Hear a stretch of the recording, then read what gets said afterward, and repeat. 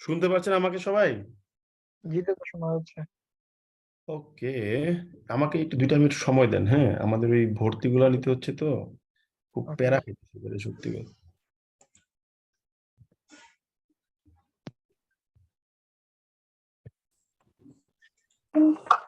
আমরা আজকে যেই প্ল্যানটা রেখেছিলাম, ঠিক আছে, যে একটা বড় একটা টপিক নিয়ে আপনার হচ্ছে একটা ফোকাস রাইটিং তৈরি করব, ঠিক আছে।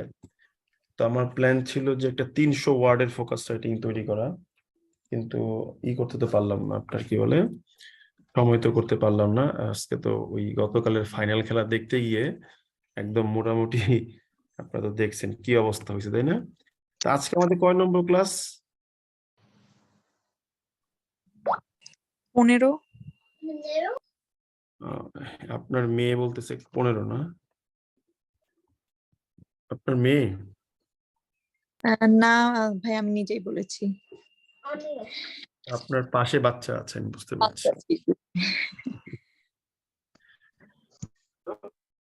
ওকে, আমরা ক্লাস 15, আজকে ক্লাস হয়ে কিন্তু আমাদের অর্ধেক ক্লাস হয়ে যাবে। হ্যাঁ, তো আপনাদের যদি 23 তারিখে পরীক্ষা, তাই এই ক্লাসগুলো একটা একটা করে নিয়ে নিচ্ছে আগে। হ্যাঁ, তো এখন একজন আপু বা একজন ভাইয়া মনে হয় একটা সুন্দর টপিক সাজেস্ট করেছিলেন, একটু আমাকে বলুন। একটা টপিক, সুন্দর টপিক দিয়েছিলেন, নামটা যেন কি ছিল একটু বলেন তো কেউ।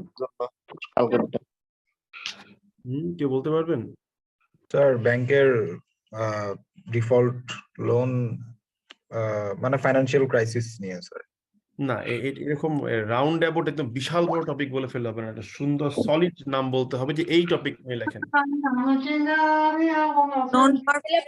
নন পারফর্মিং লোন নিয়ে লিখেন ভাইয়া। হতে পারে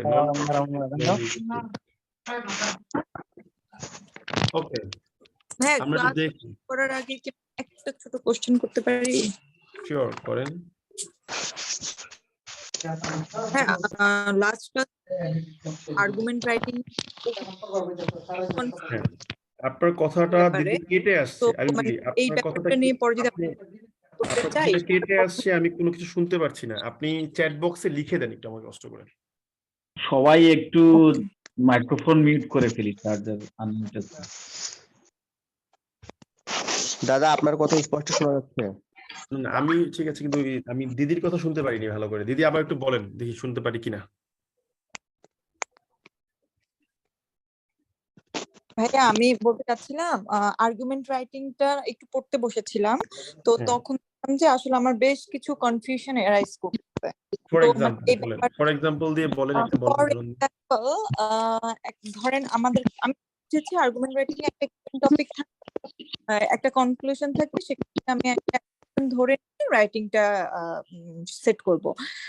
বাট কিছু কিছু মানে রাইটিং দেখলাম যেখানে জাস্ট একটা সেন্টেন্স দেয়া, ওইখান থেকে বলতেছে যে আপনার অ্যাগ্রি বা ডিসঅ্যাগ্রি কত এক্সটেন্ডে করব সেটা নিয়ে ডিসকাস করতে। তারপরে আরো একটা টপিক দেখলাম, যে ওইটা প্রাইভেট ব্যাংকের ছিল একটা, মানে কিছু ইন্ডিভিজুয়ালস এর সাকসেস আর মেরিটের যে রিলেশন, ওইটা নিয়ে ওনারা একটা স্টেটমেন্ট দিয়ে তারপরে বলতেছেন যে আপনি কতটুকু অ্যাগ্রি অর ডিসঅ্যাগ্রি। তো আমি একটা নিয়ে কনফিউজড হয়ে গেলাম, এখানে কিভাবে দাঁড়া করাবো আর এখানে কনক্লুশনটা কি।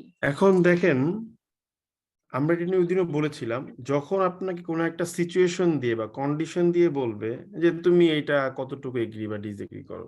আমি মনে করেন বললাম যে আম, আপনার ধরেন আমি মনে করেন বললাম যে স্মোকিং কিলস হিউম্যান বা smoking causes cancer, to what extent do you agree? এই তো আপনার কথা নাকি? জি।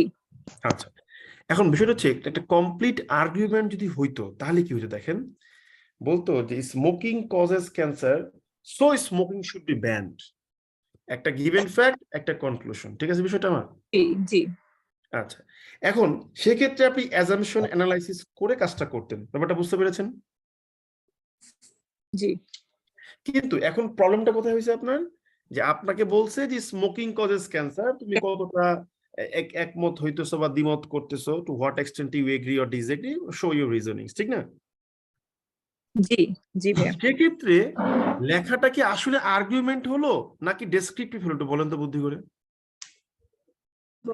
ডেসক্রিপটিভ আসবে এখানে। অনেকটা ডেসক্রিপটিভ, যে এটার সাপোর্টে এবং এগেইনস্টে আপনি জাস্ট রিজনিং গুলো দেখাবেন। আপনি বলবেন যে yes I agree or I will take a neutral stance, যেটাই আপনি বলেন, বা আই উইল ডিসএগ্রি, যেটাই আপনি বলেন, বলে আপনি ওইটা সাপোর্টে লিখবেন। যদি এগেইনস্টে লিখতে বলে হয় এগেইনস্টে লিখবেন, ওইভাবে লিখবেন। কিন্তু এখানে কিন্তু অ্যাজাম্পশনকে টেনে এনে আর্গুমেন্ট করার মতো কোনো ওয়ে নাই, ঠিক আছে? কারণ এখানে আপনাকে বলে দেওয়া হয়েছে যে স্মোকিং ক্যান্সারের কারণ, এটা সাপোর্টে বা এগেইনস্টে তুমি লেখো। এখানে বলা হয় নাই যে স্মোকিং ক্যান্সারের কারণ তাই স্মোকিং বন্ধ করে দাও, যে এখন আপনি ওনাকে বলবেন যে হ্যাঁ স্যার আপনি এটা ধরছেন। এখানে বলাই হয়েছে এটাই তুমি লিখবে, এটাই তুমি লিখবে। বুঝতে পারছেন বিষয়টা? এটা একটা দিকে আপনাকে ড্রাইভ করে দেওয়া হয়েছে, তুমি এই দিকে যাও। বাট আর্গুমেন্টে গেলে কোনো ড্রাইভ নাই, আপনি কোন দিকে যাবেন এবার আপনি যান, ব্যাপারটা হচ্ছে এরকম। বুঝতে পেরেছেন? তাহলে কি ভাই এইরকম যে আর্গুমেন্ট রাইটিংটা আসলে খুবই মানে স্পেসিফিক জিনিস, এখানে ক্রিটিক্যাল রাইটিং দেখা যায় কিছু আর্গুমেন্ট রাইটিং এর টপিকে ফেলে দিচ্ছে। হ্যাঁ ফেলে দিচ্ছে। যেমন আমি বলি আপনাকে, এডি 22 যে ব্যাচের পরীক্ষা, মানে আমরা যে ব্যাচে টিকেছিলাম সেই প্রশ্নটা হাতে নিবেন। ওকে, হাতে নিয়ে আপনি দেখবেন এনভায়রনমেন্টাল ক্রাইসিস নিয়ে ইন্ডিভিজুয়াল এফোর্ট নিয়ে যে কোশ্চেনটা এসেছিল সেটা একটা complete exemplary example of argument writing. কিন্তু আপনাদের এই 22 সালের এসে যে পরীক্ষাটা হলো এক দেড় মাস আগে, সেখানে যে ফর এর এগেইনস্ট বলছে ওটা কিন্তু পুরোপুরি আর্গুমেন্ট রাইটিং না। ব্যাপারটা বুঝতে পারলেন আপু? জি ভাইয়া। ওকে, আর কোনো কোশ্চেন আছে? তাহলে ভাই অ্যাজাম্পশনের সাথে যদি কনক্লুশন থাকে তাহলে সেটা আর্গুমেন্ট রাইটিং এর দিকে যাবে। অ্যাজাম্পশনের সাথে কনক্লুশন থাকবে না ভাই, গিভেন ফ্যাক্টের সাথে কনক্লুশন থাকবে। হ্যাঁ হ্যাঁ, সরি গিভেন ফ্যাক্টরের সাথে কনক্লুশন থাকে। ভাই এখানে তাহলে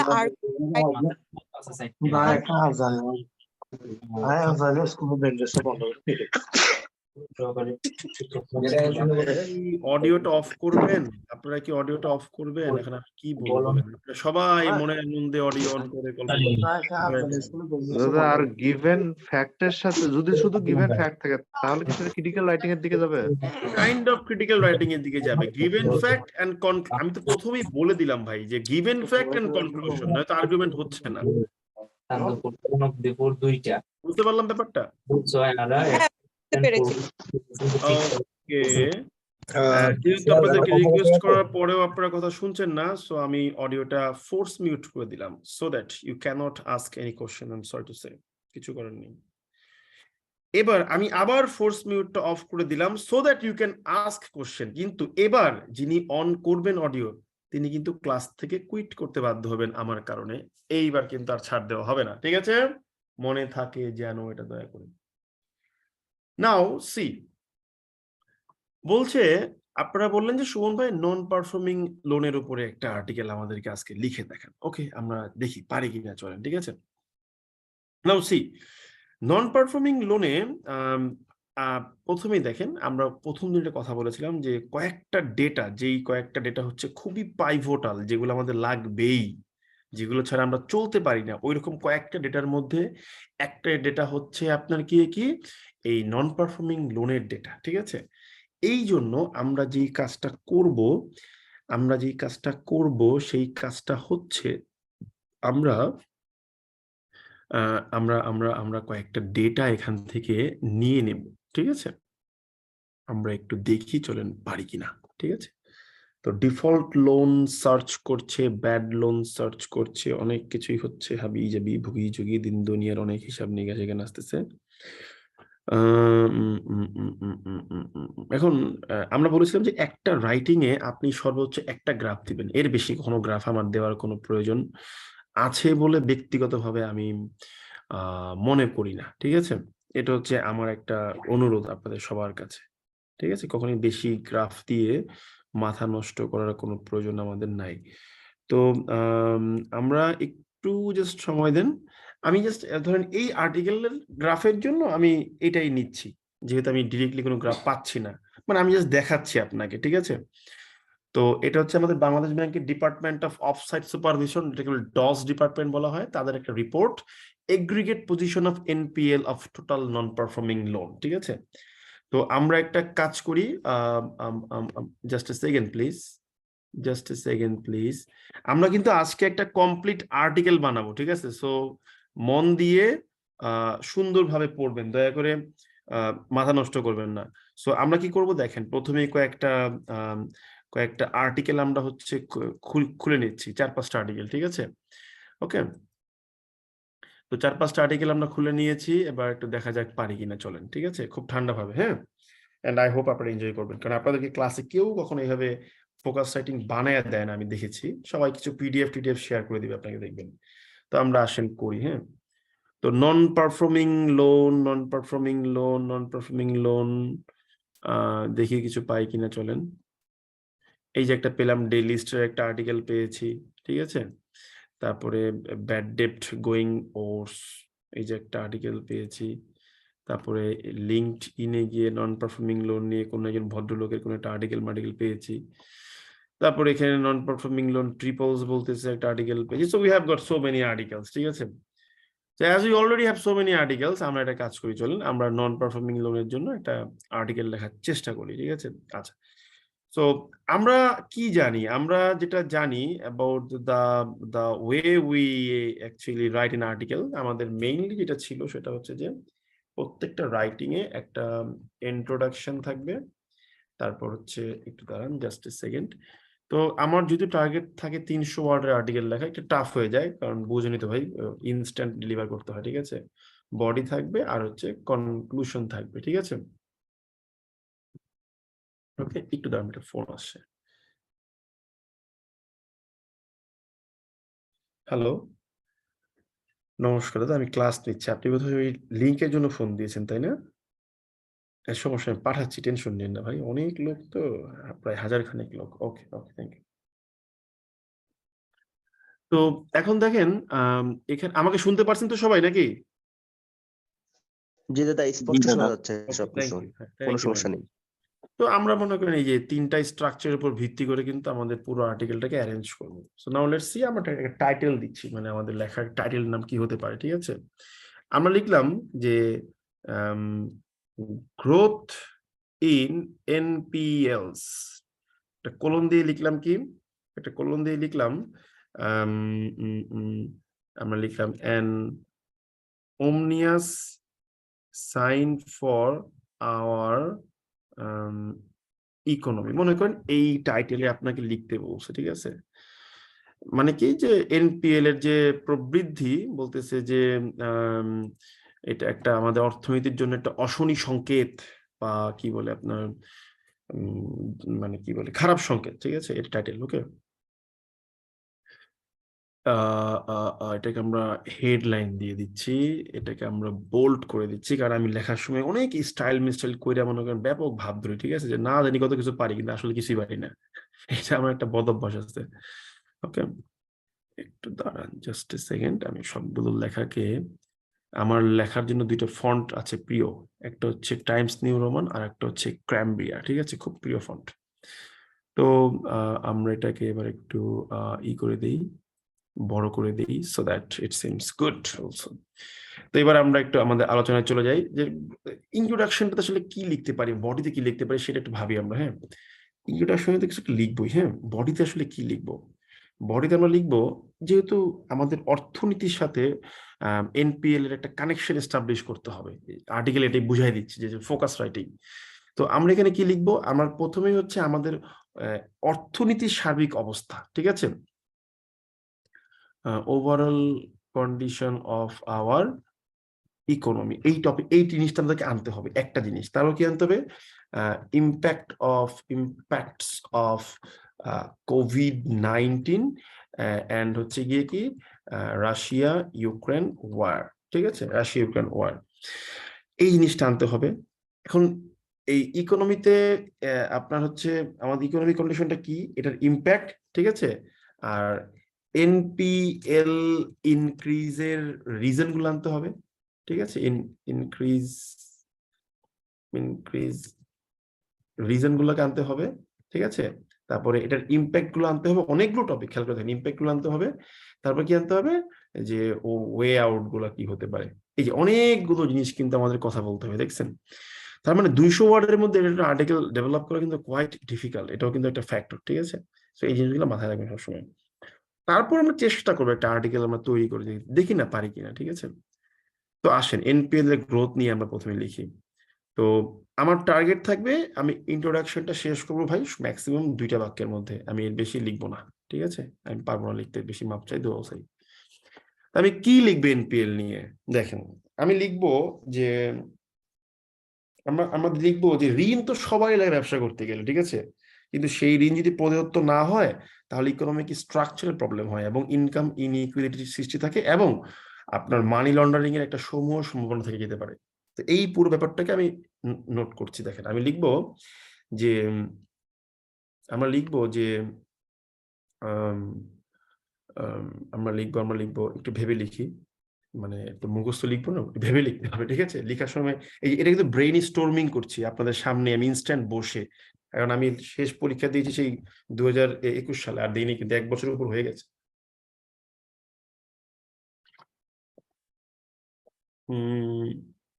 আমরা কি লিখতে পারি? হ্যাঁ, ইন্ট্রোডাকশন দেখেন,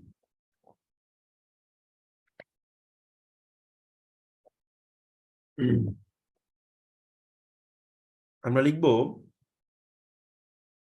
মাউন্টিং এনপিএলস। আর ভাবেন না যে আমি আগে ভাগে লিখে রাখছি, এখন ওটা দেখে দেখে লিখতেছি, ঠিক আছে? আমি ওই টাইপের লোক নাম, যা বলি সরাসরি বলে দিই। মাউন্টিং এনপিএলস আমরা লিখবো has been has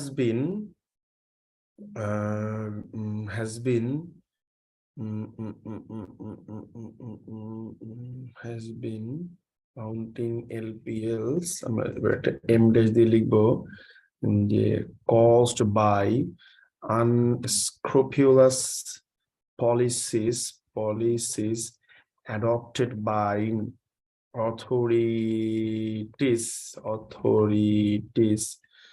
concerned, ঠিক আছে? Mounting NPLs caused by unscrupulous policies concerned has resulted in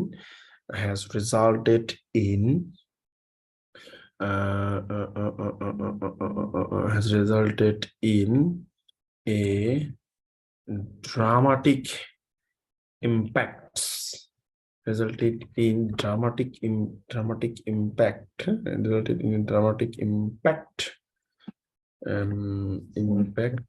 on impact in হয় না অন হয়, একটু বলেন, ভুলে গেছি। On. impacting On in fact in না অন, শিওর করে বলেন। sir, on sure. On হবে। Impact on our এখানে এ বলার দরকার নাই, এখানে ইম্প্যাক্টস বলাটাই বেটার, ঠিক আছে? Impacts on our economic growth, ঠিক আছে? আচ্ছা, কমা দিয়ে কি লিখবো? এ ফ্যাক্ট, ঠিক আছে? এ ফ্যাক্ট, এটা এমন একটা বিষয়, এ ফ্যাক্ট, ঠিক আছে? এ ফ্যাক্ট দিয়ে আমি কি লিখবো? এ ফ্যাক্ট that can আচ্ছা, এফেক্ট দরকার নেই, এইটুকু দিয়ে শেষ করে দিচ্ছি, ঠিক আছে? কমা দিয়ে লিখলাম, ফুল স্টপ দিলাম, তারপরে মনে করেন এখানে একটা ইনভার্টেড কমা দিলাম। আমি কিন্তু কাল্পনিক ভাবে লিখতেছি, নট লাইক দ্যাট আমি এটা মুখস্থ করছি, ঠিক আছে? আমি এখানে একটা ইনভার্টেড কমা দিলাম, ঠিক আছে? এটা হচ্ছে গিয়ে কি ভাই, এটা হচ্ছে গিয়ে আমার একটা বাণী দিলাম যে কেউ একজন বলছে, ঠিক আছে? এবার বাণীটা কে দিছে আমি জানি না, কে দিছে, জাস্ট দেখাচ্ছি আপনাদেরকে যে this is how you can write, ঠিক আছে? বাণীটা দিছে কে? আমি মনে করেন বললাম যে ডক্টর দেবা দেবাপ্রিয়া, ঠিক আছে? ভট্টাচার্য, CHRI, এটা বানানটা নিয়ে মাইন্ড করেন না আবার কেউ, ব্যাকে দিয়ে বললাম, ঠিক আছে? যে ফেলো, সরি, আমি লিখলাম যে ভেটেরান রিসার্চার, ঠিক আছে? CPD, centre for policy dialogue. হ্যাঁ, এটা দিয়ে আমি এটাকে এই অ্যালাইনমেন্টে দিয়ে দিলাম। That's the beginning of my lecture. আমি জাস্ট একটা কাল্পনিক বাক্য বানাই দিয়েছি, ঠিক আছে? এটা কিন্তু কোনো ওনার স্টেটমেন্ট না, I repeat. So this is how I have initiated my lecture. আর এখানে যেটা আমি ব্যক্তিগতভাবে প্রেফার করি সেটা হচ্ছে যে এই জিনিসটা পুরোটাই হবে হচ্ছে আপনার ব্লু কালারে, ঠিক আছে? নীল রং আমার খুব পছন্দের একটা রং ভাই, এবং নীল রং সর্বদাই আমাকে খুব ভালো রেজাল্ট দেয়। তো আমরা এবার আমাদের মূল লেখাটায় যাচ্ছি, ঠিক আছে? তো মূল লেখাটায় যাওয়ার পূর্বে আমি এটাকে ক্যামব্রিয়া ফরম্যাটে নিয়ে আসতেছি যেন বুঝতে পারি। এবার আমি কি লিখবো দেখেন, আমরা লিখবো যে আমরা এখন ইন্ট্রোডাকশনে যাব, 2 বাক্যের মধ্যে আমরা ইন্ট্রোডাকশন শেষ করে দিব, ঠিক আছে? আমরা লিখবো যে sudden rise in sudden লিখবো না, আমরা লিখবো staggering rise in NPLs, মানে ক্রমাগত বেড়েই চলছে, ঠিক আছে? NPLs, ঠিক আছে?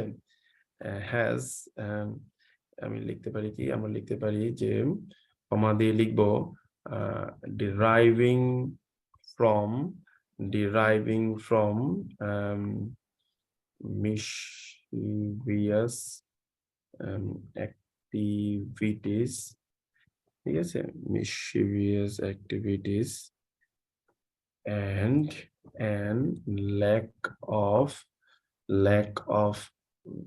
vigilance, ঠিক আছে? lack of vigilance, staggering rising NPLs, the staggering rising NPLs deriving from mischievous activities and lack of vigilance, ঠিক আছে? has been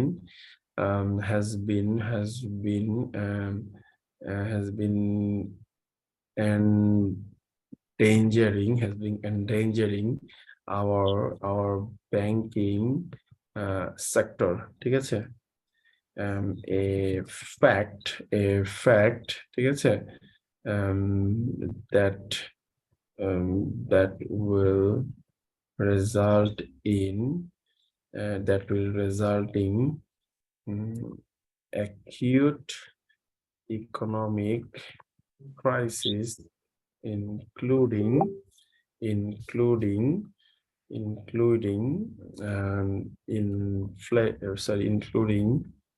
rise in inflation, bracket দিয়ে আমি ফর এক্সাম্পল বললাম যে 5.7%, ঠিক আছে? 5.7% কি করলাম, আমি একটা সুপার স্ক্রিপ্ট করে এখানে লিখে দিলাম 1। রাইটার যিনি এক্সামিনার দেখা মাত্র বুঝবে যে এখানে উনি একটা কি করেছে, একটা কিছুকে হয়তো বা আপনার সুপার স্ক্রিপ্ট করে বলতে চেয়েছে যেটা 5%, ঠিক আছে? ইনক্লুডিং রাইজ ইন ইনফ্লেশন, ঠিক আছে? তারপর কি হতে পারে, লিকুইডিটি ক্রাইসিস, ঠিক আছে? অ্যান্ড মানি লন্ডারিং, ঠিক আছে? এক্সেট্রা। এটা কিন্তু একটা বাক্য লিখলাম। আচ্ছা, এই বাক্যটা কিভাবে আসলে এটা আমরা একটু ব্যাখ্যা করে নিই। এখানে মূল ক্লজটা হচ্ছে স্ট্যাগারিং রাইজ ইন এনপিএলস, এরপর হচ্ছে has been endangering our banking sector. Main ক্লজটা বুঝতে পারছেন সবাই? ভাই একটু বলতেন যদি প্লিজ, কষ্ট করে। বুঝতে পারছেন কিনা? জি ভাইয়া। ব্রিলিয়ান্ট। তারপরে কি হবে, এই ব্যাংকিং সেক্টর পর্যন্ত মেন ক্লজ। বুঝতে পেরেছি। এবার একজন বুঝতে পেরেছি বললে হবে, যদি কেউ না বুঝে থাকেন তিনি বলবেন যে বুঝি নাই, ঠিক আছে? ওকে, অনেকবার বুঝতে পেরেছি বললে হয় কি প্রবলেম হয়, ডোন্ট মাইন্ড। এখন এই staggering rise in NPL which is deriving from mischievous activities and lack of vigilance, মানে মোটা দাগে আপনি দুইটা জিনিসকে মার্ক করে দিলেন, যে একটা হচ্ছে ধূর্ত কার্যক্রম আর একটা হচ্ছে মনিটরিং এ আমাদের যে লেথার্জিটা আছে। রিডাকশন করে কি হলো, ডিরাইভিং ফ্রম মিসচিভিয়াস। বুঝতে পেরেছেন ভাই? একটু বলেন তো প্লিজ। স্যার ব্যাংকিং সেক্টর এটা কি আপার কেস হবে, বি আর এস? আর দিতে পারি, কোনো সমস্যা নেই, ঠিক আছে? এটা আমি একটু লিখতেই পারি, কোনো সমস্যা হবে না, ঠিক আছে? আপার কেস লোয়ার দাদা আরেকবার একটু বলেন। Which is deriving, staggering rise in NPL এর জন্য adjective clause, which is deriving from blah blah blah blah blah. এই যে হুইচ ইজ ডিরাইভিং ফ্রম, বুঝতে পেরেছেন? হুইচ কেটেছি, ইজ কেটেছি, বুঝতে পেরেছেন? Yes or no please? হ্যাঁ, বুঝতে পেরেছেন, গুড। তারপর কি হলো, এই সেক্টরের পর আসলে কি which is a fact, reduction করে এ ফ্যাক্ট। এবারে এই ফ্যাক্টের জন্য it will resulting acute economic crisis, that will result in acute economic crisis। এবার acute economic crisis এর জন্য it include blah blah blah blah blah, that include blah blah blah, reduction করে blah blah blah blah blah। বুঝতে পারলাম? হ্যাঁ, এই factor এই জায়গাটা আমি বুঝি নাই। which is a fact, it is a fact, এখান থেকে হলো which is a fact, which কাটলাম, ইজ কাটলাম, এ ফ্যাক্ট।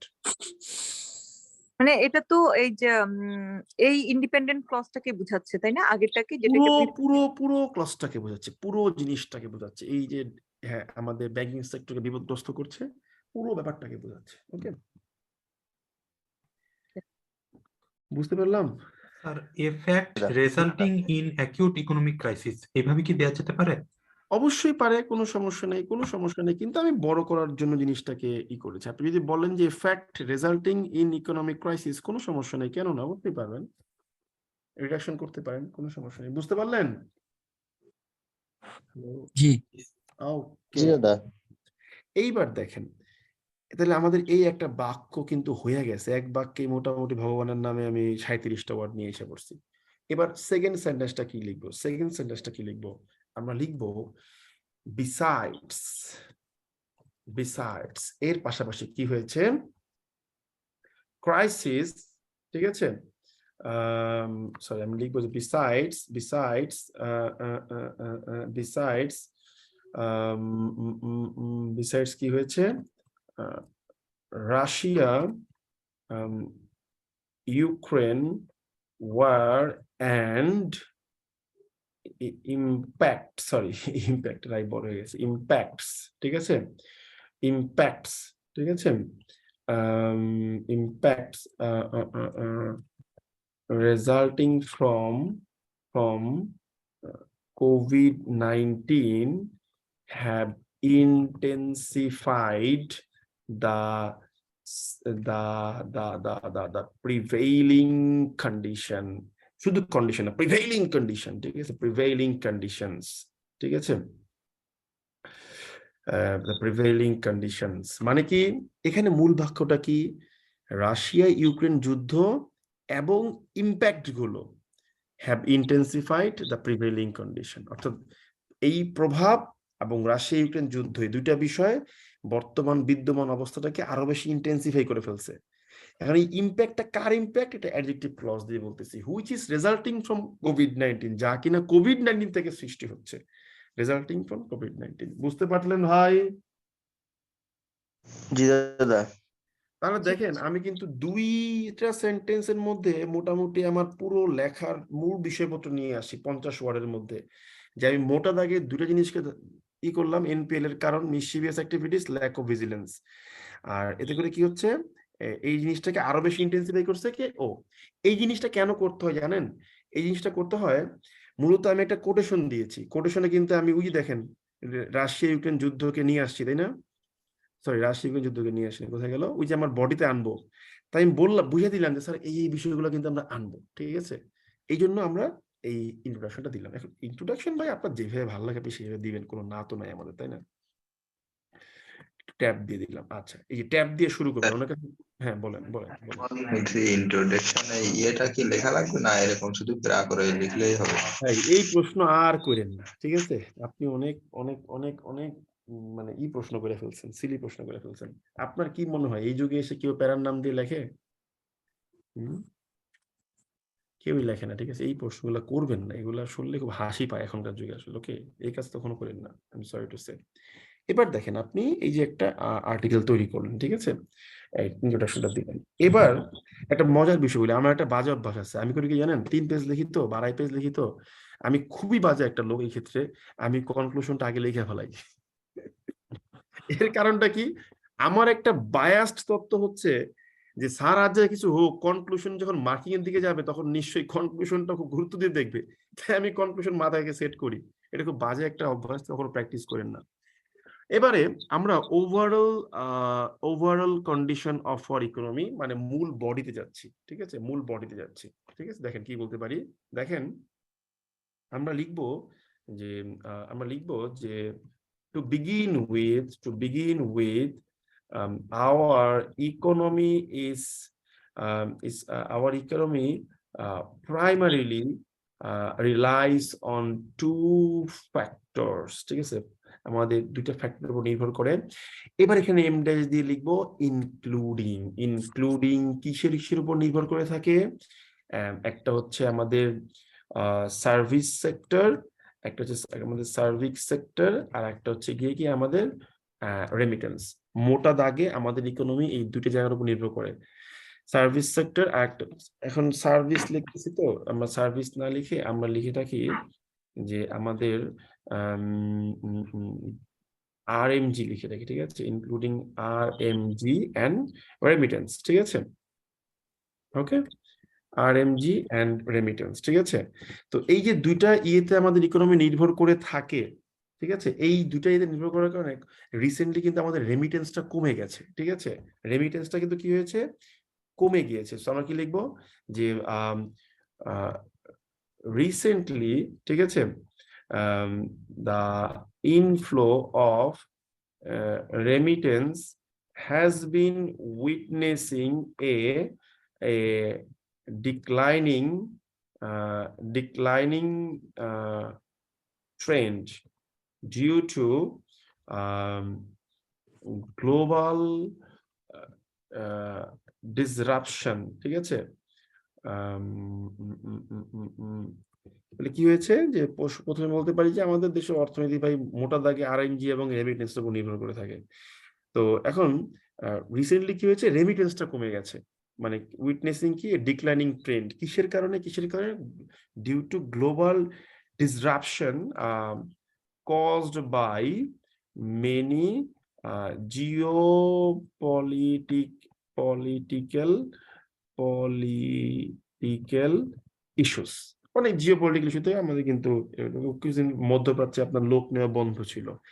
তাহলে একদিকে যেহেতু ইনকামটা কমে গেছে, আর এখানে তো আমাদের আসলে হওয়ার কোনো উপায় নাই, আপনার কি বলে আপনার হচ্ছে যে ইনকাম NPL টেনপিএল ইস্যু নেই, তার মানে NPL এর প্রভাব তাহলে কোথায় দেখাচ্ছি, RMG সেক্টরে দেখাচ্ছি, ঠিক আছে।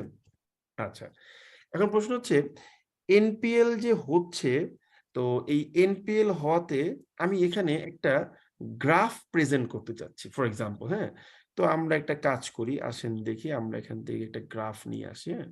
তো যদিও গ্রাফটা হয়তো লেটেস্ট ডাটা ভিত্তিক দিচ্ছি না, আমি জাস্ট একটা কি বলে একটা গ্রাফ জাস্ট শো করব, ঠিক আছে। তো আমরা একটা গ্রাফ শো করব কোন জায়গা থেকে, আমরা একটা কাজ করি, এখান থেকে নিয়ে আমরা একটা গ্রাফের ছবি দিয়ে দিচ্ছি, ঠিক আছে।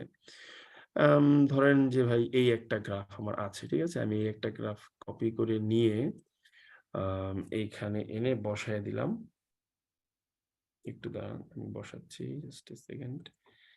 এই ক্লাসগুলো হচ্ছে ধৈর্য সহকারে বসে দেখতে হয়, কারণ কি মানে যে উনি কোন জায়গা থেকে টপিকটা জেনারেট করে কোন জায়গায় নিতেছে, এই বিষয়গুলো প্রবলেমেটিক আপনাদের কাছে লাগবে, আমি জানি, কিন্তু কিছু করার নাই, যেহেতু দেখাবো বলছি, সো দেখেন কষ্ট করে। তো আপনি করবেন কি, দাদা খুব মজা পাচ্ছি। আপনি যে কাজটা করবেন, থ্যাংক ইউ, আপনি যে কাজটা করবেন সেটা হচ্ছে একটু দাঁড়ান, আপনার কাজটা আগে থেকে আপনি এখানে একটা গ্রাফ বসাবেন, এই যে আপনি একটা গ্রাফ এখানে মনে করেন যে বসায় দিলেন, ঠিক আছে, এই যে, আচ্ছা এই যে আপনি লিখলেন, হ্যাঁ। জি দাদা, ঠিক আছে। এখন এই যে এই গ্রাফটা বসালেন, আপনি কোন অ্যালাইনমেন্টে বসালেন, লেফট অ্যালাইনমেন্টে আপনি মনে করেন গ্রাফটা বসাইছেন, ঠিক আছে, এই গ্রাফটা এখানে থাকুক, কোনো সমস্যা নাই। এখন আপনি NPL এ কি করলেন, NPL সম্পর্কে কিছু দিতে যাচ্ছেন, যে মানে NPL এর প্রভাবটা আসলে মানে কি হতে পারে, ঠিক আছে।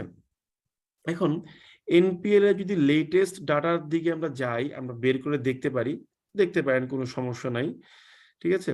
বাট আমি কিছু লেটেস্ট কাল্পনিক ডাটা চিন্তা করে আমরা হচ্ছে আপনার করতেছি, মানে কি বলে আপনার এই কি বলে মানে আর্টিকেলটাকে গ্রো করতেছি, যে কি হতে পারে দেখা যাক, ঠিক আছে, ওকে। একটু দাঁড়ান, আপনার স্ক্রিনে কি দেখতে পাচ্ছেন, ডক ফাইল দেখতে পাচ্ছেন না, নাকি গ্রাফ দেখতেছেন? গ্রাফ দেখতেছি। আচ্ছা, গ্রাফ দেখতেছেন, থ্যাংক ইউ। গ্রাফিক দেখতেছি তো। Okay, thank you. তো আপনি বললেন doc file. our economy primarily relies on two factors, including RMG and remittance. Recently, flow of the remittance has been witnessing declining trend due to global disruption by global disruption caused by geopolitical issues, ঠিক আছে। এবার আপনি কি লিখবেন, যে unprecedented growth in NPLs, এই যে bracket দিয়ে আপনি লিখলেন ফর এক্সাম্পল 1 ট্রিলিয়ন, ঠিক আছে, অ্যাট, মনে করে আমি লিখলাম যে সেপ্টেম্বর 2022। এই যে এখানে এসে আমি সুপারস্ক্রিপ্ট করলাম যে এখানে আমার আরেকটা রেফারেন্স লাগবে, তাই আমি এটাকে সুপারস্ক্রিপ্ট করে দিলাম যেন বুঝতে পারে এত তারিখ, ঠিক আছে। এটা কি করেছে, এই জিনিসটা হচ্ছে যে হ্যাজ বিন ইনক্রিজিং, এটা কি বাড়ছে, cost of doing business and reportedly, ঠিক আছে, ওভার, আমি মনে করেন বললাম যে over 10 banks have been identified, ঠিক আছে, অ্যাস কি হিসেবে, আপনার হচ্ছে উইক ক্যাপিটাল, কি যেন কি যেন বলে, উইক ক্যাপিটালের জন্য একটা সুন্দর একটা টার্ম ছিল, কি যেন টার্মটা ছিল, টার্মটা আমার এক্স্যাক্টলি টার্মটা আমার মাথায় আসতেছে না, I am sorry for that, এটাকে আমি রাখি, হ্যাঁ, আইডেন্টিফাইড অ্যাজ, এই পার্টটা আমরা বাদ দিয়ে দিই, সমস্যা নেই, কস্ট অফ ক্যাপিটালটা হচ্ছে আপনার বাড়িয়ে দিচ্ছে, ঠিক আছে, আমি এইটুকু রাখলাম, ঠিক আছে। আমরা কি লিখবো যে আমরা এবার লিখবো যে দা ফিগার, ব্র্যাকেট দিয়ে লিখলাম যে গ্রাফ 01, টাইটেল দিলাম যে দা গ্রোথ অফ NPL, মনে করেন লিখলাম, ঠিক আছে, ইন ব্যাংকস, এই লিখলেন না, দা ফিগার লিখে আপনি গ্রাফের টাইটেলটা কিন্তু উপরে দেখেন, টাইটেলটা কিন্তু উপর দিকে দেওয়া আছে, দেখছেন, উপর দিকে দেওয়া, তারপর লিখবেন দা figure unveils the prevailing condition, যে এই ফিগারটা বলতেছে যে আমাদের বর্তমান অবস্থাটা আসলে কি বাজে অবস্থার দিকে আমরা আছি, এরকম বোঝাচ্ছে আর কি, ঠিক আছে। এখন দেখেন এই যে আপনার এটা বুঝাচ্ছে, এখন আমরা একটু হিস্ট্রি, মানে আমাদের দেশ, আমাদের অর্থনৈতিক ক্লাসিফাই বললাম, ঠিক আছে, NPL এর ইনক্রিজ ঘটছে বললাম, রিজনটা বলতেছি। এখন রিজনটাকে ব্যাখ্যা করব কি, আমরা রিজনটা ব্যাখ্যা করব যে experts have recognized many reasons of this increase না বলে আমরা বলবো of this hike, ঠিক আছে, of this hike দরকার নেই, normal rise in NPLs, ঠিক আছে, আমরা কমা দিয়ে লিখবো shown in the following, এই যে আপনারা যে কাজটা করেন they are shown in the following লেখেন না, এক্সপার্টরা অনেকগুলো রিজন দেখিয়েছে which are shown in the following, reduction করে কি হলো shown in the following, বুঝতে পারছেন ব্যাপারটা? হ্যালো, এইভাবে, ঠিক আছে, এইভাবে লিখলে কি লেখার মানটা সুন্দর লাগে, ঠিক আছে। তো experts have recognized many reasons in the rise of reasons of this rise in NPLs shown in the following. Number 1 দিয়ে আমরা লিখবো, আমি 1 না দিই, আমি এটাকে 3টে স্টার দিচ্ছি, হ্যাঁ, জাস্ট আমার জন্য, আমি নাম্বার 1 কি বলে, আচ্ছা, যেটা বলেছিলাম যে এই নিউমেরিক্যাল ডেটাগুলোকে আপনি কি করবেন, নীল কালি দিয়ে মার্ক করবেন, এই যে আমি নীল কালি দিয়ে এখন মার্ক করে দিচ্ছি, দেখেন, হ্যাঁ, এই নীল কালি দিয়ে মার্ক করলাম। আচ্ছা, মোটা দাগে আমার এখন NPL এর রিজনটা আসলে কি আমরা লিখবো যে এখন আমি প্রথমে কিন্তু বলে দিয়েছিলাম ওই যে মিসচিভিয়াস অ্যাক্টিভিটিস, তারপরে হচ্ছে আপনার কোথায় যেন ছিল, এই মিসচিভিয়াস অ্যাক্টিভিটিস আর ল্যাক অফ ভিজিলেন্স, ঠিক আছে, আমরা কি লিখবো যে ল্যাক অফ ভিজিলেন্স, ঠিক আছে, তারপর হচ্ছে আপনার মানে লোনগুলোকে আপনার ঠিকঠাক মতো মনিটর করা হচ্ছে না, ঠিক আছে, তারপর হচ্ছে আপনার বলতে পারেন কি NPL এর কয়েকটা কারণ বলেন, সুন্দর একটা রিজন বলেন শুনি। হ্যালো, পাওয়ার, বুঝিনি, একটু আবার বলেন। Political power, misuse of political পাওয়ার লিখবেন না, আপনি লিখবেন যে পলিটিক্যাল ইনফ্লুয়েন্স, ঠিক আছে, ইনফ্লুয়েন্স ইনভেস্টিগেশন ছাড়া লোন দেওয়া, ক্রেডিট ডিস্ট্রিবিউশন এইভাবে বলেন, সুন্দর করে বলতে হবে, ঠিক আছে? হ্যাঁ, তারপর বলেন, নেক্সট বলেন, শুনি। আপনারা বলেন নাই, আপনারা কন্ট্রিবিউট করতে হবে। প্রপার ইজি ইনভেস্টিগেশন ওয়ে ছাড়া টু লোন দেওয়া। ক্যাপিটাল ফ্লাইট, কি capital easy way to capital fighting. NPL এর সাথে ক্যাপিটাল ফ্লাইটিং এর সম্পর্ক নেই। ক্যাপিটাল ফ্লাইটিং হচ্ছে আরেকটা টার্ম, অন্য একটা কারণ দেখেন।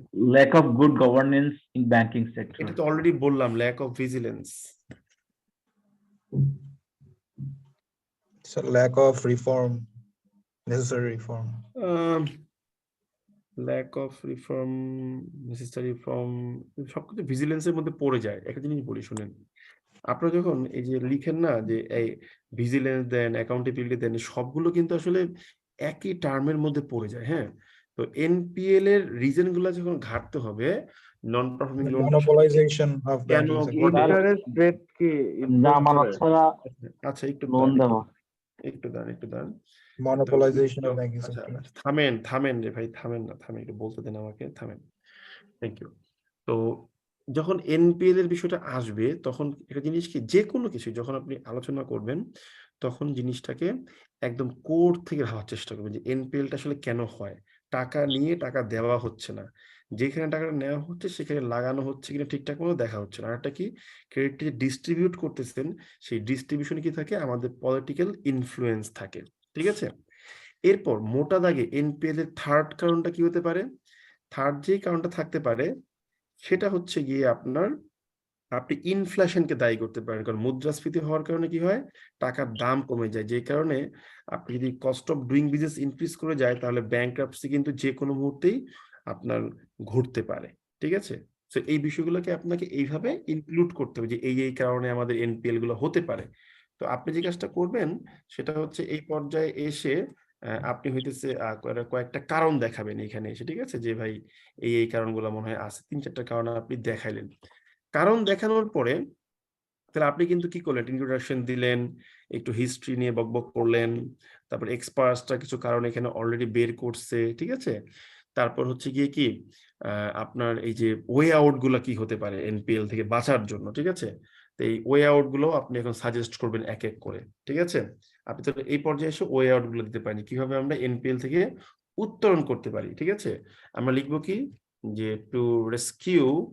to rescue our economy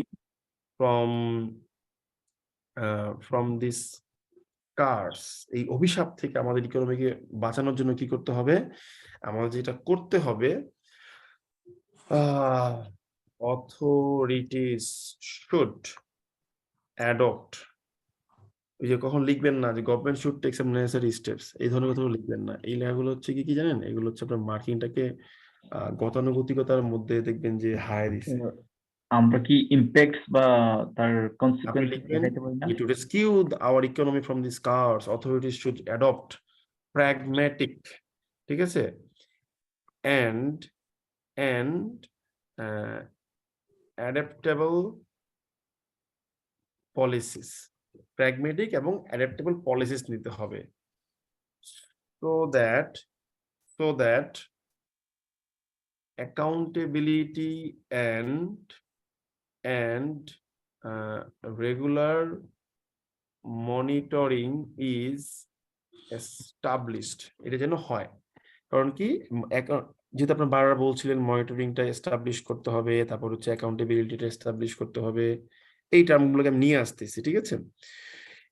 এখন এই জায়গাটাতে এসে কি হয় জানেন, দেখেন এই জায়গাটাতে এসে মূলত যেই জিনিসটা আমাদের মানে সবচাইতে সিগনিফিকেন্ট রোলটা প্লে করে, সেটা হচ্ছে পত্রিকা পড়ার হ্যাবিট। যখন পত্রিকা পড়ার হ্যাবিট থাকবে, তখন আপনার এই ডেটা এই এই ওয়ার্ড চয়েস গুলোতে গিয়ে কি বলে প্রবলেমটা ফেস করতে হবে না, ঠিক আছে? তো এবার তাহলে কি করতে হবে, আপনার এই পত্রিকার দিকে ফিরে যেতে হবে, ঠিক আছে? আমরা এই জন্য বারবার আপনাদেরকে সাজেস্ট করি, পত্রিকা পড়েন, না পড়লে কিন্তু আপনি যতই বকবক করেন না কেন, কাজের কাজ কিন্তু আসলে কিছুই হয় না, ঠিক আছে? এবার আমাদের কি করতে পারি এনপিএল থেকে বাঁচার জন্য, ঠিক আছে? বলেন দেখি।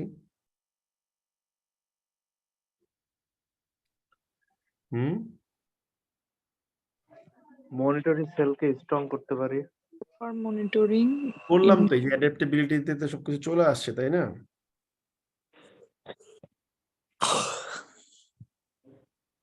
বলেন। তার একটা ব্যাংকিং কমিশন করা উচিত। আচ্ছা, এই যে এবার দেখেন আমরা বলি যে কম্পেয়ার টু, আমরা কি লিখতে পারি, আপনি একটু পড়লে জানতে পারবেন, ঠিক আছে? যে কম্পেয়ার টু, এটা হচ্ছে আপনার এপ্রিল, ঠিক আছে, এপ্রিল প্রিভিয়াস কোয়ার্টারের সাথে কম্পেয়ার করলে দ্য পার্সেন্টেজ অফ কি ছিল আপনার, এটা হচ্ছে আপনার মানে compare to previous quarter, compare না লিখি যে আমি মনে করি এই জায়গাতে এসে না একটা ডেটাটাকে আনতে হয়, ঠিক আছে? আপনি জানলে যেটা জানবেন সেটা হচ্ছে যে জুনের যে ক্লোজিংটা ছিল, মানে লাস্ট আমাদের এই কোয়ার্টার, আগের কোয়ার্টার, তখন মনে হয় মোট লোন মনে হয় 8.5% ছিল মনে হয় আপনার এনপিএল, ঠিক আছে? আর এখন যেটা হচ্ছে সেটা মনে হয় আপনার নিয়ারলি 9%-এর মতো হবে, ঠিক আছে? So, 9.36%। এই ডেটাগুলোকে আপনার আনতে হবে, ঠিক আছে? তা আপনি কি লিখবেন, এই যে দেখেন কম্পারিজন করে লিখতে হবে। আপনি লিখবেন যে at present বর্তমানে the ratio of, এটা কিসের ratio, the ratio of NPL, ঠিক আছে, টু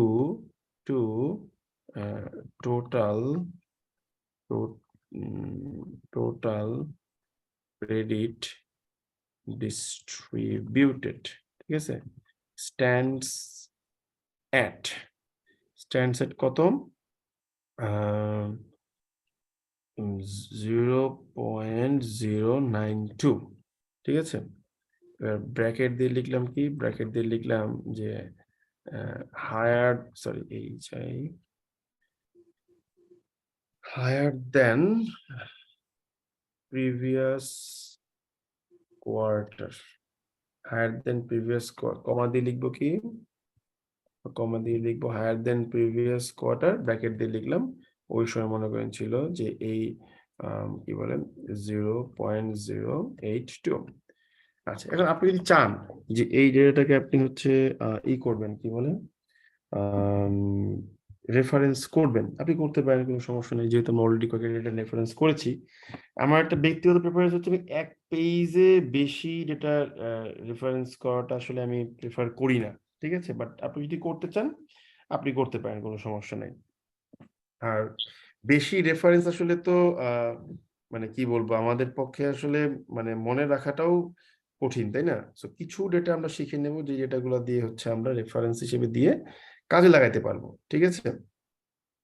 তো এই হচ্ছে গিয়ে কথা। তারপরে কি হতে পারে, আমরা ওয়ে আউট গুলো নিয়ে কথা বলছিলাম, ঠিক আছে? তাহলে এই যে এনপিএল এর পরিমাণ বেড়ে গিয়েছে, এই জিনিসটা কিন্তু সবচেয়ে বেশি হচ্ছে আপনার গভর্নমেন্ট বা শিডিউল ব্যাংকগুলোর মধ্যে, ঠিক আছে, বা স্টেট ওন্ড ব্যাংকগুলোকে।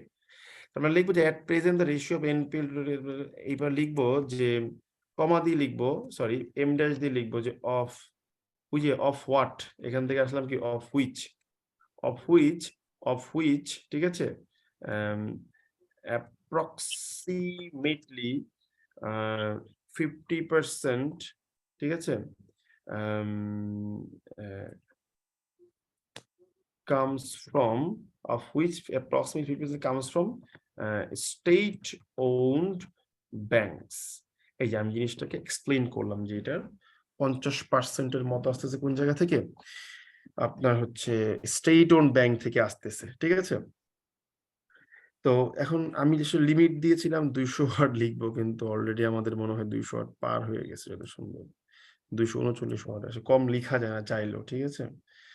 আচ্ছা, এখন আমি কি বললাম যে এইগুলো আনতে হবে। তার মানে কি আমাদের এই যে ভিজিলেন্স যে এস্টাবলিশ করার কথা, এটার আমি বুঝাচ্ছি যে ভিজিলেন্স যে এস্টাবলিশ করতে হবে, এটার সবচেয়ে বড় জায়গাটা হচ্ছে আমাদের কোথায়, স্টেট ওন ব্যাংক গুলাতে আমাদের করতে হবে, ঠিক আছে? আচ্ছা, তারপরে কি হতে পারে, এটার যে ব্যাংকিং সেক্টরে যে ইম্প্যাক্ট হতে পারে, এটা কিন্তু ইকোনমিতে একটা আনরেস্ট ক্রিয়েট করতে পারে, ঠিক আছে? আমি এবার লিখবো যে ফার্দারমোর, ঠিক আছে, rise in NPL can destabilise our banking, sorry can লেখা দরকার না, আমরা লিখবো যে will surely destabilize our banking sector. এটা আমাদের ব্যাংকিং সেক্টরকে কি করবে? আপনার হচ্ছে অস্থিতিশীল করে তুলবে, ঠিক আছে? আর ব্যাংকিং সেক্টর যদি অস্থিতিশীল হয়ে যায় তাহলে বলেন দেখি এর ইম্প্যাক্টটা কোথায় গিয়ে পড়বে? ইকোনমিতে। এই যে আপনি বললেন না যে এটার ইম্প্যাক্টটা ইকোনমিতে গিয়ে পড়বে, ঠিক আছে, আমি একমত, কিন্তু ইকোনমিতে গিয়ে না বলে কি বলুন জানেন? যে আপনি লিখবেন এইভাবে, দেখেন, এই দেখেন একটা জিনিস শিখাই, আপনি লিখবেন which comma in the long will impact our shrinking economy. এই দেখছেন, আপনি বলে কি which will impact our economy, কিন্তু ওই ইজি টকটাকেই বা ইজি আলোচনাটাকেই আমি কিন্তু বড় করে কি করলাম, এই যে ইন দ্য লং রান, মানে which in the long run will impact our shrinking economy, অনেক বড় করে এক্সপ্লেইন করলাম। তো এই এক্সপ্লেনেশনের বেনিফিটটা কোথায়? আমি আসলে উপোস ছিলাম তো, এই না খাওয়া, এটা সত্যি কথা। তো এই ইকোনমির ইম্প্যাক্টটা কোথায়? এটার ইম্প্যাক্ট কোথায়? Shrinking economy. তো এই শ্রিঙ্কিং ইকোনমিতে কি বুঝাচ্ছি আমি? মানে অলরেডি যেটা সংকোচন এর মুখোমুখি। তো এইভাবে ওয়ার্ড চয়েসের মাধ্যমে এবং স্ট্রাকচার চয়েসের মাধ্যমে আপনাকে হচ্ছে লেখাটাকে আগায় নিতে হবে। মোটামুটি একটা আইডিয়া পেয়েছেন কিভাবে লিখতে হচ্ছে তাহলে? জি দাদা। জি ভাইয়া। এরকম করে আমরা 5টা ক্লাস রাখি। তো এর একটা ক্লাস আজকে আমরা নিলাম জাস্ট, ঠিক আছে? হ্যালো। তো হ্যাঁ বলেন, শুনছি। হ্যাঁ দাদা, গত ক্লাসে বলেছিলেন যখন রেফারেন্সিং করতে হবে সেগুলো মানে প্রতি পেজে করতে হবে। হ্যাঁ, এখন দাদা নিচে দিয়ে আপনি যেখানে মানে শেষ করেছেন ওটা তো প্যাসেজ পুরো প্যারাটা শেষ হয়নি, ওটা পরের প্যারাতে মানে পরের পেজেও চলে আমার গেছে। তো এই লেখা তো পুরোপুরি শেষ হয় নাই, ঠিক আছে? এখন বিষয়টা হচ্ছে, মনে করেন এটা পরের প্যারায় চলে গেল, ঠিক আছে, ভালো। জি তো আপনি কি করবেন?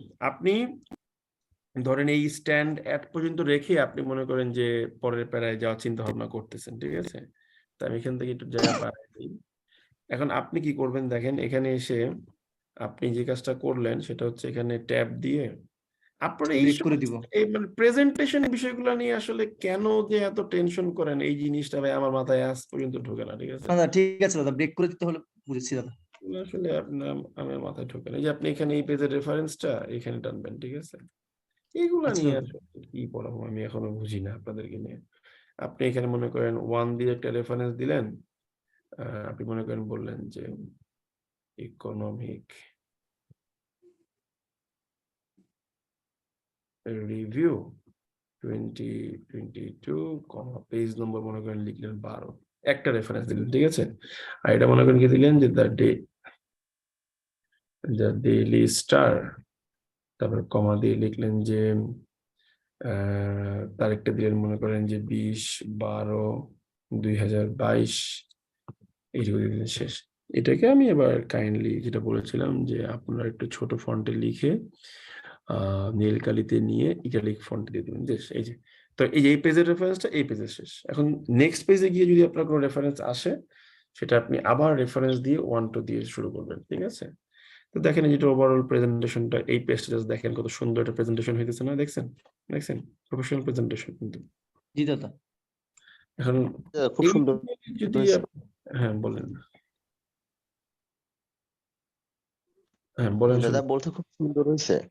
আচ্ছা, তো এইটুকু যদি আপনি মোটামুটি আপনার লেখাতে আনতে পারেন না, স্যার খুশি। এখন আপনি বলবেন যে ভাই আপনি ডকে লিখছেন তাই সুন্দর লাগতেছে, কিন্তু কথা হলো কি, যিনি খাতাটা কাটেন না তিনি আপনার লেখা ধরলেই বুঝবে যে আপনার লেখাটা ডকে ফেললে কতটুকু সুন্দর হবে, ওনাদের এই দক্ষতাটুকু আছে, ঠিক আছে? সো মোটামুটি অনেক বকবক করলাম, ঠিক আছে? কোনো কোশ্চেন থাকলে বলেন, শুনি। দাদা টপিকের বাইরে একটা কথা বলতে চাই, যদি রাগ না করেন। রাগ করবো না, বলেন। আচ্ছা দাদা, আমাদের ক্লাস 30টা, 30টা পার হওয়ার পরে কি আমাদের গ্রুপে রাখবেন নাকি গ্রুপ গ্রুপে থেকে বের সব করে দিবেন? থাকবে, কোনো সমস্যা নেই, গ্রুপে সব থাকবে, কোনো কিছু বাদ দেওয়া হবে না, সব থাকবে গ্রুপে। দাদা আমার একটা সমস্যা হয় কি, আমার কোনো ল্যাপটপ বা ডেস্কটপ কিছুই নেই, বা আমার মোবাইলে মেমোরি অনেক স্বল্প, এই জন্য আমি কোনো কিছু ডাউনলোড করতে পারতেছি না। বা গুগল ড্রাইভে যেগুলো ভিডিও দিচ্ছেন লিঙ্ক গুলো, ওগুলো কি রেখে দেবেন নাকি কেটে দেবেন পরে? আমি বলি শুনেন, আপনি যেটা করবেন, আপনি একটা পেন ড্রাইভ মেনটেন করবেন, ঠিক আছে? পেন ড্রাইভে সবগুলো জিনিস আপনি ডাউনলোড করে রেখে দিবেন। এখন তো অনেক ভালো ভালো পাওয়া যায়, জি ঠিক আছে, পেন ড্রাইভ পাওয়া যায়। ওকে, এখন তো 100 জিবি পেন ড্রাইভ মানে পাওয়া যায় নাকি? স্যার এই ভিডিও গুলো তো ডাউনলোড হচ্ছে না স্যার। এইটা ভাই এখন আপনারা নিজেরা ঠিক করেন। এখানে কেউ কি আছেন যে ডাউনলোড কিভাবে করতে হয় পারেন?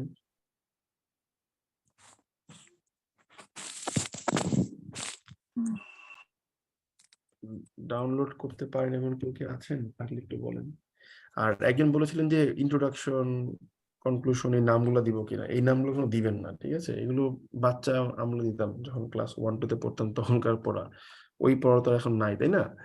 এখনকার পড়াগুলো হচ্ছে স্ট্যান্ডার্ড গুলো এইভাবে। এবং এই যে প্রশ্নগুলো করেন, এটা এটা ধমক দিয়ে কেন জানেন? এটা ধমক দেওয়ার একটা কারণ আছে।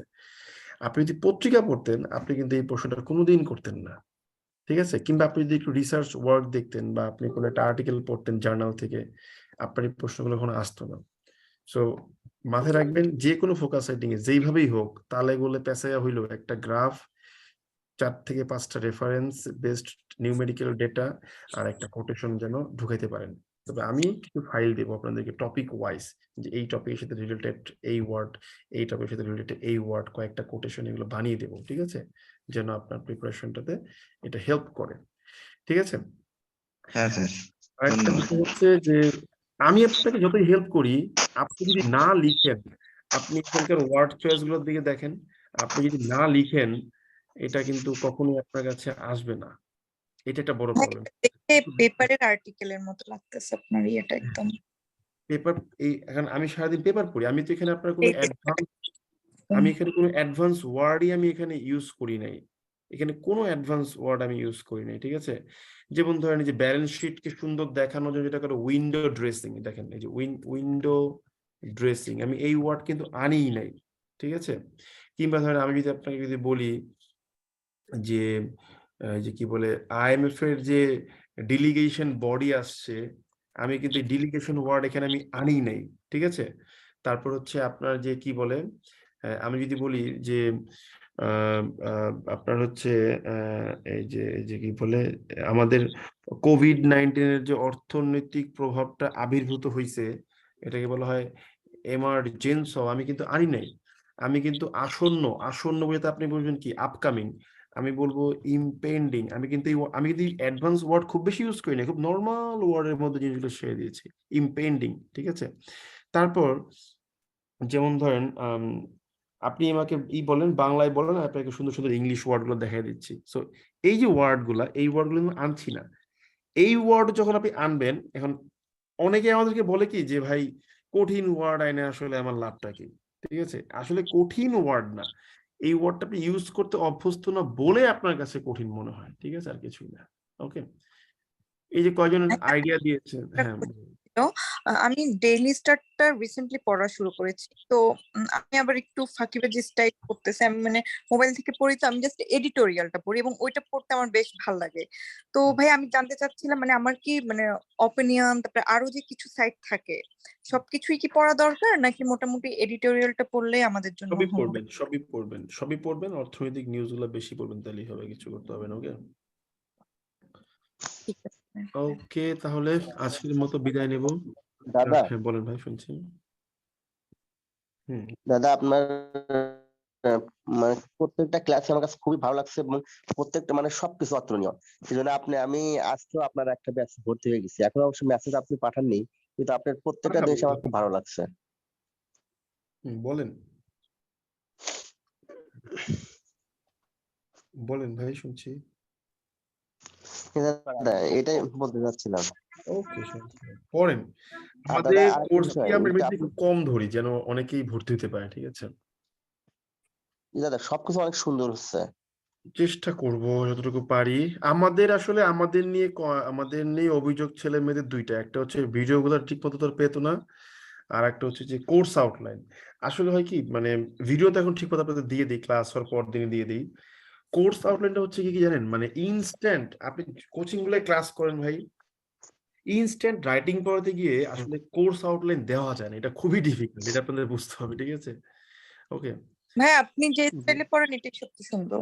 কারণ হুম। আপনি দেখেন, আপনি মনে করেন আমাকে বলছেন ভাই এনপিএল নিয়ে লেখেন, কালকে মনে করেন আমাকে কি হয়তো বলবে যে ভাই আমাদের রাশিয়া ইউক্রেন ক্রাইসিস নিয়ে লেখেন, ঠিক আছে? এখন ব্যাপারটা হচ্ছে কি, এখানে তো আউটলাইন দরকার। আপনারা একটা টপিক বলতেছেন, আমি এখানে বকবক করতেছি, এইটুকুই জাস্ট, ঠিক আছে?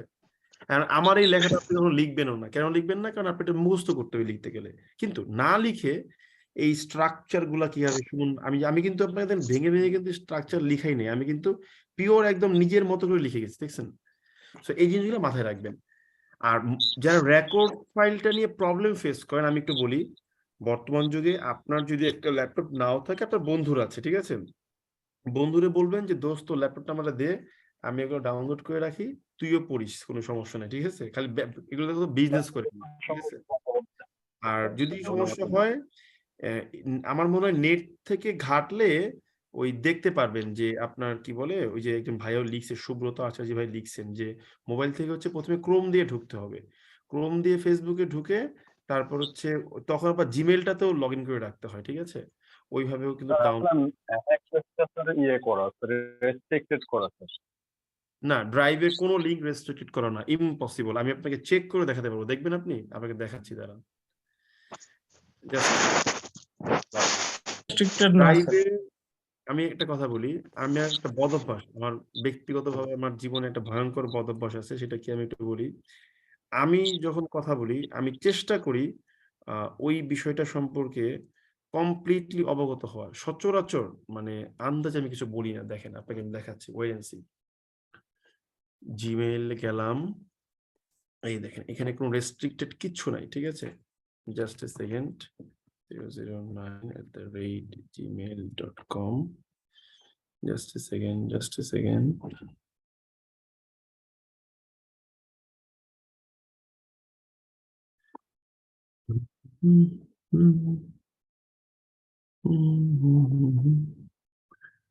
এই যে দেখেন, আমি ড্রাইভটা ওপেন করতেছি, দেখেন একটা লিঙ্কও নাই যে এখানে রেস্ট্রিক্টেড করা। এই যে দেখেন, আপনাকে আমি দেখাচ্ছি, এই যে দেখেন আমার এই যে NWB নিউ রাইটিং ব্যাচ, এই দেখেন, এই যে ক্লাস নম্বর 00, ঠিক আছে? এই দেখেন লিঙ্কটি সহজেও, মানে এটা রেস্ট্রিক্টেড করতে পারি, করি না। এই যে এটাতে বিধিনিষেধ যুক্ত করলে রেস্ট্রিক্টেড বুঝাবে, লিঙ্কটি সহ কেউ। আপনি দেখেন প্রত্যেকটা, যে 1 নম্বর ক্লাস দেখেন, দেখেন তো, এই যে লিঙ্কটি সহ কেউ, দেখছেন? প্রত্যেকটা ক্লাস আমি ওপেন করে দিই। আমি যদি আপনাকে লিঙ্ক দিয়ে রেস্ট্রিকশন দিয়ে রেখে দিলে আপনি ডাউনলোড করবেন কি দিয়ে? প্রত্যেকটা ক্লাস দেখছেন আপনি, দেখেন তো, প্রত্যেকটা ক্লাস, একদম প্রত্যেকটা ক্লাস আমি সুন্দর করে করে দিই। কারণ আমি যদি পরে আপনাকে নাই দিতে পারি, তাহলে আমি পড়াইতেছি কি করতে, তাই না? দেখেন প্রত্যেকটা ক্লাস ওপেন, দেখছেন? প্রত্যেকটা ক্লাস ওপেন করা আছে, দেখতে পেরেছেন? হ্যালো, দেখতে পেরেছেন? জি দাদা, দেখতে পাচ্ছি, ওকে, খুব সুন্দর হচ্ছে। সব গুছানো আছে। আপনাদের কাজটা কি, মানে একটু কষ্ট করে, হ্যাঁ, মনে করেন যে একদিন বসে, মনে করেন আমরা কিন্তু কোনো ভিডিও কখনো ডিলিট করি না। ফেসবুক অনেক সময় দেখা যায় 1 বছর হয়ে যায়, 8 মাস হয়, বা ডিলিট করতে পারে। যে কাজটা করবেন সেটা হচ্ছে, ধরেন 15টা ক্লাস যেমন আজকে হয়ে গেল, অর্ধেক ক্লাস। আপনি যে কাজটা করবেন সেটা হচ্ছে ধুম করে একদিন বসে ভালো নেট স্পিডের মধ্যে বসে সবগুলো ক্লাস ডাউনলোড করে ফেলবেন, ডাউনলোড করে সেভ জায়গাতে রাখবেন জিনিসটা, বা আপনি আপনার মতো করে একটা ড্রাইভ মেনটেন করেন। কারণ আমি তো অনেকগুলো ব্যাচে ক্লাস নেই, বিধায় আমাকে মেনটেন করতে হয় অনেকগুলো শিডিউল। আপনি তো অনেকগুলোতে ক্লাস নিবেন না, ঠিক আছে? এই হচ্ছে কথা। আর কম্বো ব্যাচ নিয়ে অনেকে প্রশ্ন করতেছেন যে কি হবে। আপনাদের যা পড়াচ্ছি সেম জিনিসটাই পড়াবো, শুধুমাত্র কি হবে, ওটা 6 মাস মেয়াদে আস্তে ধীরে পড়াবো, ঠিক আছে? কোনো তাড়াহুড়ো করবো না, কারণ আগামী 6 মাসের মধ্যে BCS এর রিটার্নও হবে না কোনোটাই, আশা করি বাংলাদেশ ব্যাংকের এডি রিটার্নও কোনোটা পড়বে না, আস্তে ধীরে, ঠিক আছে? তো যদি আপনার 300 টাকা কষ্ট না হয়, আপনি জয়েন করেন, নতুবা করার দরকার নেই, ঠিক আছে? এটা হচ্ছে কথা, কোনো জোর জবরদস্তি নেই যে কোনো ব্র্যান্ডিং করতেছি তা না, ঠিক আছে? আর বিদায় ভাইয়া, নিই, 12:30 বাজে অলরেডি। হ্যাঁ বলেন, ওইটাতে admit তো? হ্যাঁ বলেন, last question।